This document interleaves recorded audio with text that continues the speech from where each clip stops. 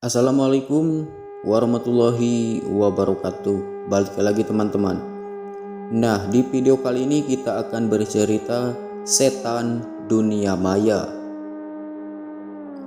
Senja itu aku menatap langit dengan penuh kerinduan.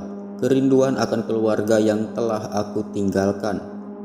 Aku terlibat pertengkaran dengan orang tua yang membesarkanku sejak kecil, membuatku pergi dan hidup seorang diri di kamar kos yang sederhana ini. Kamar kos yang baru beberapa hari aku tempati ini. Semua kebahagiaan dan hal indah yang aku miliki sejak dulu hilang begitu saja. Bodohnya aku meninggalkan mereka, meninggalkan kebahagiaan yang sejak dulu aku rasakan, dan menjalani hidup dengan penuh kesendirian. Hari ini akhir pekan, aku tak beraktivitas. Seharian aku menghabiskan waktu bersama handphoneku, melihat sosial media dan lainnya. Hanya itu yang bisa dilakukan oleh orang yang kesepian. Semua aku lewati begitu cepat, sampai akhirnya sekarang sudah waktunya malam datang. Kamar kosku berada di lantai 2 membuat senja terlihat jelas dari sini. Senja yang sangat indah, aku menatapnya, dan semoga keluargaku menatapnya juga, menatap senja yang sama. Pukul 23.00. Lagi-lagi, waktu berlalu begitu cepat. Aku tetap bermain-main dengan gadgetku, melihat sosial media di tengah kesunyian dan keheningan kamar kosku. Sesekali, aku berkomentar di beberapa postingan. Aku berkomentar laksana seseorang yang benar dan bijak. Padahal, dalam kehidupan yang sebenarnya aku hanyalah seorang pecundang yang membenci diri sendiri. Seseorang yang gagal karena keegoisannya sendiri, dan dengan bodohnya aku menasehati mereka. Saat aku sedang asik dengan kegiatanku, tiba-tiba dering gadgetku berbunyi dan memecah keheningan malam di kosku ini. Ada sebuah pesan masuk. Pesan itu dari seseorang yang tidak aku kenal. Ia begitu ramah dan baik. Dia seorang perempuan sama seperti aku. Walau awalnya aku terganggu, perlahan orang ini bisa memahami semua obrolanku. Aku merasa cocok berbicara dengan orang ini. Aku mengajaknya berkenalan, namun ia tak menyebutkan namanya. Menurutnya tak penting mengetahui nama, yang terpenting kita bisa akrab terlebih dahulu. Aku mencoba menuruti dan mengikuti cara berbincangnya. Ini sangat membantuku di saat aku kesepian, dan sejenak aku melupakan rasa rindu pada keluarga. Terkadang kita kehabisan bahan pembicaraan di chat. Terkadang pula ia lama dalam menjawab chatku. Sesekali aku melakukan selfie sembari menunggunya membalas chatku. Saat kita kehilangan pembicaraan, kita selalu menemukan topik pembicaraan baru, dan ini membuatku merasa nyaman dan tak pernah bosan. Sudah lama aku tak mendapatkan momen-momen mendapatkan seorang teman. Teman yang benar-benar bisa mengerti aku dan mau mendengarkan keluh kesahku. Aku merasa mendapatkan keluarga baru, yang membuatku berpikir ia bisa menggantikan keluarga yang aku tinggalkan. Karena di tengah keputusanku saat ini, aku mendapat support baru dari seseorang yang memang aku butuhkan. Tak terasa aku sudah mengobrol dengannya selama 2 jam, dan jam menunjukkan pukul 01.00. Aku belum juga tidur, karena masih banyak yang ingin aku ceritakan kepada teman baruku di sosial media ini. Namun pada akhirnya aku sadar bahwa aku punya kegiatan esok hari. Aku sudah terlambat tidur dan tidak bisa terjaga lebih lama lagi, agar tidak mengantuk keesokan harinya. Namun sebelum kami menyudahi obrolan, ia memintaku untuk mengirimkan fotoku karena ingin melihat wajahku. Aku mengirimkannya foto selfie yang baru aku ambil beberapa saat. Aku segera berbaring dan mencoba terlelap. Namun suara gadgetku terus berbunyi dan dia membalas chatku lagi. Aku pun terpikir untuk memintanya mengirimkan foto karena aku juga penasaran bagaimana wajah orang yang sejak tadi mengobrol denganku. Namun ia berkata tidak mempunyai foto, karena menurutnya kameranya berkualitas jelek. Tak lama berselang, ia membalas lagi. Kali ini pesannya sedikit aneh. "Boleh aku datang ke rumahmu dan meminjam kamera untuk foto?"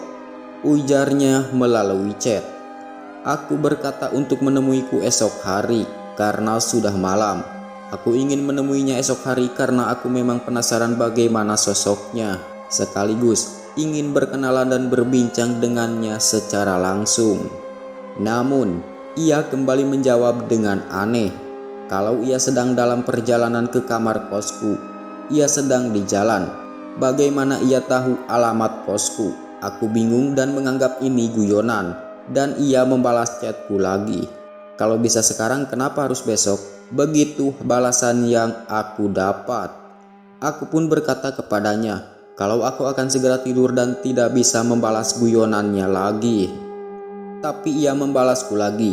Ia bilang akan segera mengirim fotonya karena ia menemukan foto dirinya yang baru ia temukan di galeri lamanya. Aku pun sesaat membatalkan niatku untuk tidur demi menunggu foto kirimannya. Setelah aku menahan rasa ngantukku beberapa menit, terdengar dering dari gadgetku dan ternyata ia sudah membalasnya. Ia mengirimkanku foto dan aku membukanya untuk melihat wajah orang yang sejak tadi mengobrol denganku. Dan benar saja, aku melihatnya. Ia sangat cantik dengan rambut lurusnya yang hitam, kulitnya halus dan putih, membuatku tak sabar untuk menemuinya keesokan harinya. Aku pun berniat membalas chat dengan pujian. Belum sempat aku memujinya, ia sudah mengirim pesan terlebih dahulu. Aku pun membacanya. "Aku sudah ada di ruanganmu," ucapnya dalam tulisan chat. "Bohong, bercanda terus, aku mau tidur," balasku kepadanya. Sembari menunggunya membalas chat, aku melihat fotonya untuk beberapa saat, dan aku mulai menyadari sebuah keanehan yang tak pernah terpikirkan olehku, membuat seluruh tubuhku merinding melihatnya. Di foto itu jelas ia sedang berfoto. Tak ada yang aneh dengan fotonya. Yang aneh adalah background atau latar tempat ia berfoto. Ia berfoto di tempat yang persis sama seperti kamar kos yang aku tempati saat ini. Aku pun ketakutan karena jelas ini bukanlah sesuatu yang normal dan wajar terjadi. Ini benar-benar tak masuk akal. Aku tidak berani berkomentar. Aku tak berani membalas chatnya lagi, sampai akhirnya ia mengirimkanku pesan.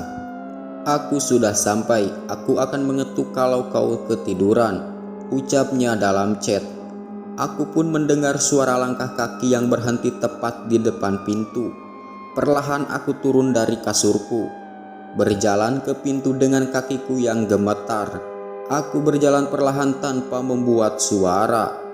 Sangat terasa perasaan takut yang hampir menguasaiku. Saat sampai di depan pintu, aku membungkuk dan mengintip dari lubang kunci pintu. Dan benar, di sana aku melihat seorang gadis menggunakan gaun putih. Namun tak melihat wajahnya.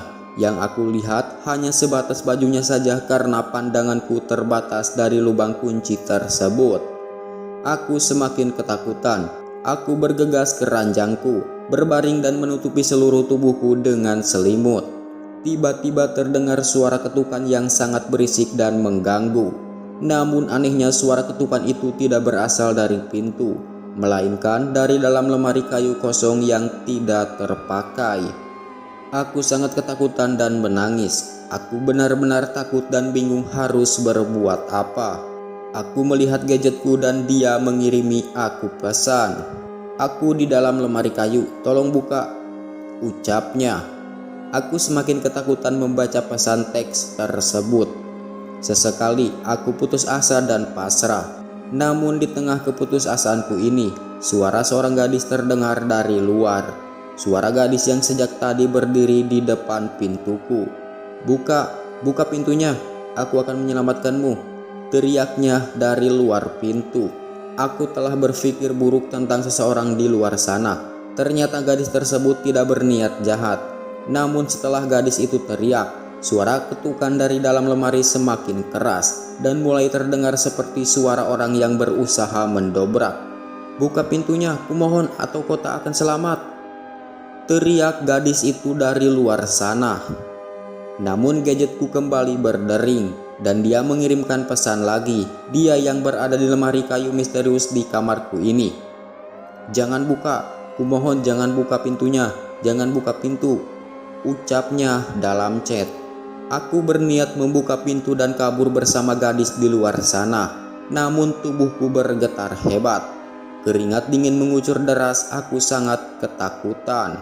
Aku melihat lemari kayu tersebut berjalan dengan sendirinya ke arahku. Sementara gadis di luar sana berusaha mendobrak pintu kosku. Aku mundur perlahan karena ketakutan. Namun lemari itu terus saja bergerak dengan sendirinya ke arahku. Aku kehabisan akal saat aku sampai di ujung ruangan. Aku menangis ketakutan dan meminta tolong. Aku pun kehilangan akalku. Lemari itu terus bergerak mendekat. Aku akan melakukan apapun agar bisa lari dari tempat ini. Aku pun membuka jendela dan memberanikan diri untuk lompat dari lantai 2. Tak ada waktu lagi. Lemari itu sudah di depanku. Entah apa yang akan terjadi kalau terlalu lama berpikir. Maka aku pun langsung nekat melompat dari kamar kosku yang ada di lantai 2. Sesaat sebelum aku jatuh, gadis itu berhasil mendobrak pintu dan masuk ke kamarku. Namun anehnya ia membawa sebuah pisau dapur yang tajam. Aku pun menghiraukannya. Tubuhku terjun bebas ke bawah. Tak terlalu tinggi namun aku serasa terbanting dengan keras ke tanah. Kepala dan kakiku sakit. Para orang-orang di sekitar lari ke arahku dan menyelamatkanku. Aku melihat orang-orang yang datang mengerumuniku. Pandanganku kabur dan aku melihat jendela kamar kosku. Dan aku melihat di jendela kamar kosku gadis itu berhasil masuk ke kamar kosku. Ia menatapku dari jendela kamar dengan wajah yang marah sambil menggenggam pisau dapur. Lagi-lagi aku menghiraukannya dan aku pun pingsan saat ditolong warga sekitar. Keesokan paginya aku dirawat di UGD. Kakiku terkilir dan kepalaku luka. Aku juga mendapat kabar yang sangat membuatku syok dan trauma. Sangat mengerikan mendengar kabar ini. Gadis yang berusaha masuk ke kamarku telah ditangkap pihak kepolisian karena kasus pembunuhan. Ia membunuh seorang wanita yang juga tinggal di kamar kos yang kutempati beberapa minggu sebelum aku menempati kamar kos ini. Polisi menemukan mayat wanita yang dibunuh gadis itu dalam lemari kayu di kamar kosku. Namun sang gadis pembunuh itu baru tertangkap di malam setelah aku melompat dari lantai 2. Di malam itu juga dia berniat membunuhku karena takut rahasianya terbongkar. Karena ternyata kamar kos itu menyimpan bukti pembunuhan yang ia lakukan. Aku sangat syok dan terpukul. Aku pun menghubungi keluargaku untuk meminta maaf. Karena aku mulai sadar tak ada yang bisa menggantikan posisi mereka. Dan di saat-saat seperti ini, hanya merekalah yang aku butuhkan, bukan orang lain. Oke teman-teman, sampai di sini dulu untuk cerita kali ini. Sampai berjumpa di video selanjutnya. Wassalamualaikum warahmatullahi wabarakatuh.